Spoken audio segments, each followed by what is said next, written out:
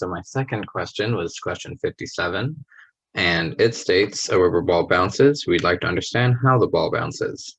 Part A asks, a rubber ball has been dropped and is bouncing off the floor. Draw a motion diagram of the ball during the brief interval that is in contact with the floor. Show 4 or 5 frames as the ball compresses, then another 4 or 5 frames as it expands. What is the direction of A during each of these parts of the motion? So in the first part where it's compressing, it just hit the ground and now it's compressing. Our velocity is still downward and our velocity was bigger and now getting smaller. And our acceleration will be straight up because of the opposite force to the acceleration that used to be down, but now it is switched up.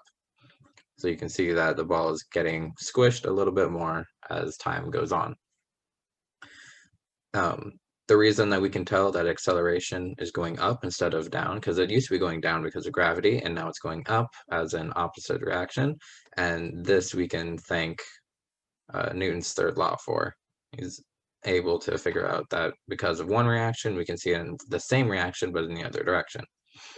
And I believe that was in one of our lectures. So the second part, when the ball is now expanding and going back upwards, you can see that our velocity is going up, same as our acceleration, and our velocity is starting smaller and getting bigger.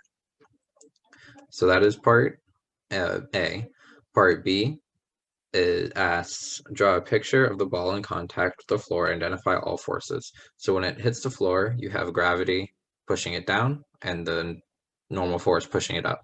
Or if you have the arrows the other way, where they're starting from the ball and going out, you have your normal force pushing up and your gravity pushing downwards. And part C asks, draw a free body diagram of the ball in contact with the ground. Is there a net force acting on the ball? If so, in which direction? So we have our net force here. We're able to kind of just reason through this. So you usually have your F equals ma, which is part of the mechanical equilibrium. Your force equals your mass times acceleration. But really, we're only interested in the y part of this force. We really don't care if it's bouncing to the left or to the right. We just want up and down force. And our only up and down forces are the normal force and our gravity force, which we can describe as mass times gravity, or mass times acceleration, where gravity is our acceleration. So when you have your normal force minus your gravity force, you know that you can put your normal force first, because you know that the ball comes back up, so that the normal force has to be greater than the force of gravity, unless like the ball would just stay on the ground if the gravity force is bigger. So you know that your normal force will be bigger than your gravity force, and you're able to find your F net as going upwards in the same direction and with a positive magnitude as the normal force. And then part D says to write a paragraph in which you describe what you learned from parts A to C, in which you answer the question, how does the ball bounce? So in this paragraph, you can pause and read it if you want to.